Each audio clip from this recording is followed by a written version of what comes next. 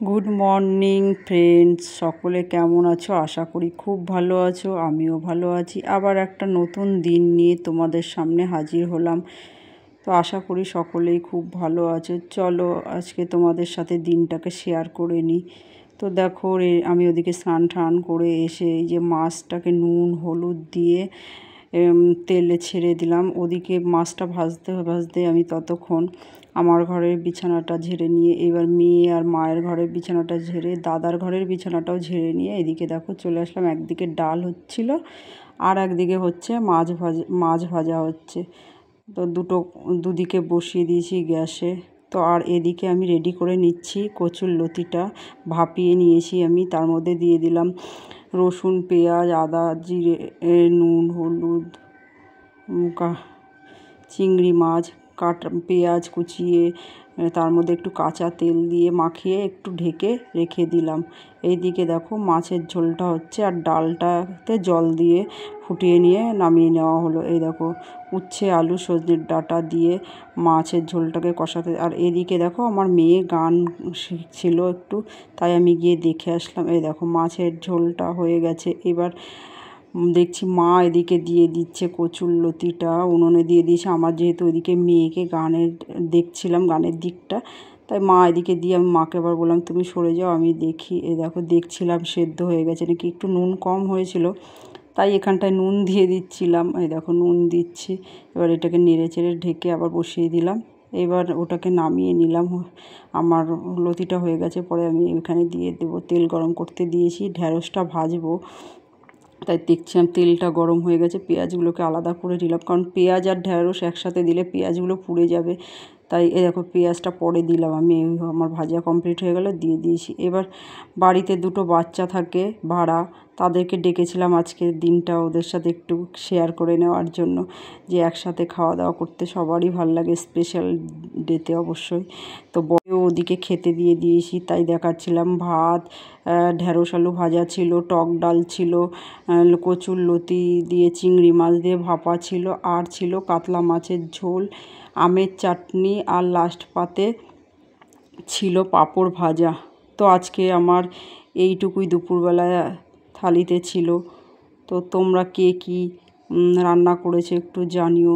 তো আমরা ততক্ষণ খেতে থাকি, তোমাদের সাথে পরে আবার দেখা করছি বিকেলে। তো চলো আমরা খেয়ে নিই। ওকে। দুপুরে খাওয়া দাওয়ার পরে সকলে একটু রেস্ট নিয়েছি। এইবার দেখো মা একটু রোজ বিকেলবেলায় হাঁটতে বেরোয় বলে, তাই মাকে একটু চুল বেঁধে দিচ্ছিলাম আমি, কারণ মা তো এক হাতে আর চুল কী করে বাঁধবে বলো। আর বর ওদিকে বিছানাটা একটু গুছিয়ে নিচ্ছিল, কারণ আমরা সকলেই বেরোবো, আমরা দুজনে স্পেশাল বেরোবো। বিকেলে ভেবেছিলাম একটু বেরোবো, যেহেতু আজকে একটা স্পেশাল ডে আমার জীবনে। জানি না, দেখো প্রত্যেক বছরই এইরকমটাই হয়। তো দেখো তোমাদেরকে দেখাচ্ছি বিকেলে কেন আমি বেরোতে পারছি না। এটা আমার সাথে সারা জীবন ঘটে আসছে। দেখো সিঁড়িতে উঠতে উঠতে হাঁপিয়ে গেছি। 5 মিনিট দেখাচ্ছি তোমাদের সাথে। বাবা দেখো পুরো কালো হয়ে এসছে। দেখো দেখো দেখো, এই দেখো এই দিকটা তো পুরো কালো। দারুণ হাওয়া।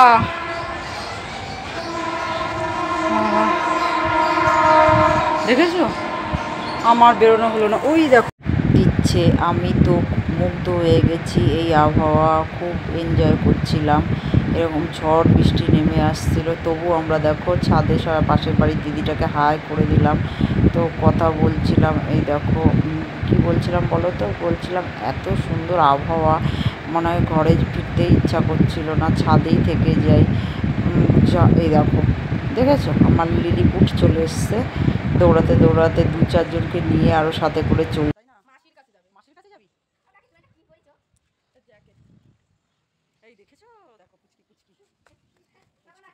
এই দেখো এই 3 টাকাটা না আমার মোবাইলের পেছনে ছিল। আমার মা যবে থেকে আমার মোবাইলের পেছনে এই 3 টাকা খুচরোটা দেখেছে, তো আমার মা বলেই যাচ্ছে যে আমাকে দে। আর মা খুচরো টাকা নিতে এত পছন্দ করে, দেখেছো হাসছে কত যে খুচরো টাকাটা পেয়ে। আবার বলছে আমাকে যে এই ছোট খুচরো টাকাটা চলবে না, আমি কি করব বলো, এটা যদি না চলে এখন কি করে, কে আমাকে দিয়েছে সেটাও তো ভুলে গেছি, যে এরকম এই ছোটো টাকাগুলো চলে, তোমরা কি কেউ জানো? তো যাই হোক, দেখো আবহাওয়াটা এত সুন্দর লাগছিল, নিচে নামতে ইচ্ছা করছিল না। ওপরে ওপরে এবার এদিকে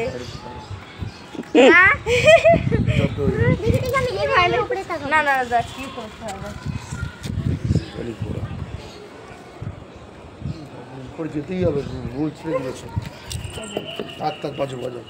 তো আমি এদিকে নিচে নেমে এসেছি, যেহেতু রাতে আমাকে রান্না করতে হবে তাই একটু কেটে কুটে নিচ্ছিলাম। আর এদিকে দেখো আকাশের কি অবস্থা, একদম ঘুটঘুটে কালো হয়ে পুরো ঝড় ছেড়ে দিয়েছে, এদিকে বৃষ্টিও শুরু হয়ে গেছে, কারেন্টটাও চলে গেছে, কি করে রান্না করব বলো তো।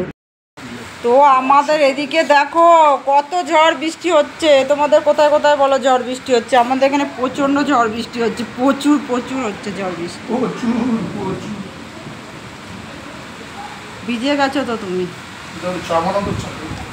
তো আমি এদিকে ডিম আর আলুটা নুন দিয়ে জল দিয়ে সেদ্ধ করতে বসিয়ে দিয়েছি, আর এদিকে আমি ভাতের জলও চাপিয়ে দিয়েছি, এদিকে চালটাকে ভিজিয়ে রেখেছি 1 ঘন্টা করে রাখবো। এই দেখো কারেন্ট ছিল না, তোমাদেরকে বললাম না হামানদিস্তাও নেই, তাই এইটাতেই আমাকে একটু পেস্ট করে নিতে হলো। এইদিকে আলুটা আর ডিমটাকে একটু হলুদ দিয়ে ভেজে নিলাম। এই দেখো এখানে সব মশলা দিয়ে মাংসটাকে কষিয়ে নিলাম, ওদিকে ভাতের জলও গরম হয়ে গেছে সেটা দেখাচ্ছিলাম। আর এদিকে একটু দই দিয়ে শসা পেঁয়াজ কুচিয়ে চাট মশলা দিয়ে একটু রায়তা বানাচ্ছিলাম। আর এদিকে একটু চিকেন কাটলেট বানাবো বলে ময়দা ডিম ফেটিয়ে যা যা উপকরণ দিতে হয় সেটা দিয়ে রেস্টে রেখে দিয়ে এই দেখো তেল গরম হয়ে গেছে। আমি এবার কাটলেটগুলোকে বেসনে চুবিয়ে এই দেখো বিস্কুটের গুঁড়ো দিয়ে করে দিলাম। এইবার দেখো রেডি হয়ে গেছে কাটলেট।